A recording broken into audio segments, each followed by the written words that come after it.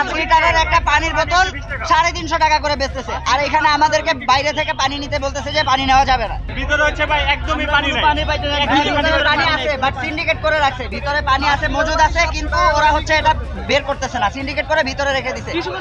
5 লিটারের একটা পানির বোতল 350 টাকা করে বেচতেছে, আর এখানে আমাদেরকে বাইরে থেকে পানি নিতে বলতেছে যে পানি নেওয়া যাবে না। তাহলে এটা কোন সিস্টেমের মধ্যে পড়তেছে আমরা তো বুঝতে পারতেছি না। এদিক দিয়ে আমরা যে পানি নিব এর মধ্যে হচ্ছে একটা অবস্থা। প্রথমত 350 টাকা করে পানি বিক্রি করতেছিল, প্রতি গ্লাস 20 টাকা, কিন্তু পরবর্তীতে এটা বন্ধ করে দিয়েছে।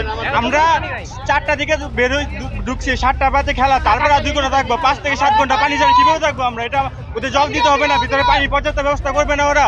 20 টাকা গ্লাস আমরা কিনে খেতে চাই, কিন্তু ওইটা তো নাই। এখন আমরা কি করবো সেটা বলেন?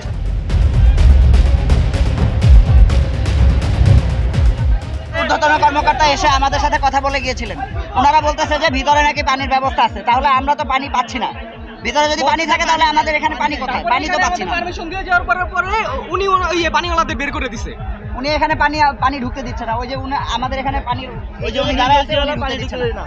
ভিতরে এত লোক, কোনো পানি নাই, কিছু নাই, মানুষ কিভাবে চলবে?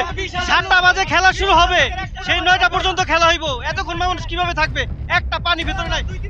এইখানে সিকিউরিটি গুলা এত বাজে, ওরা ফাজিল, একটা পানি আসতে দেয় না।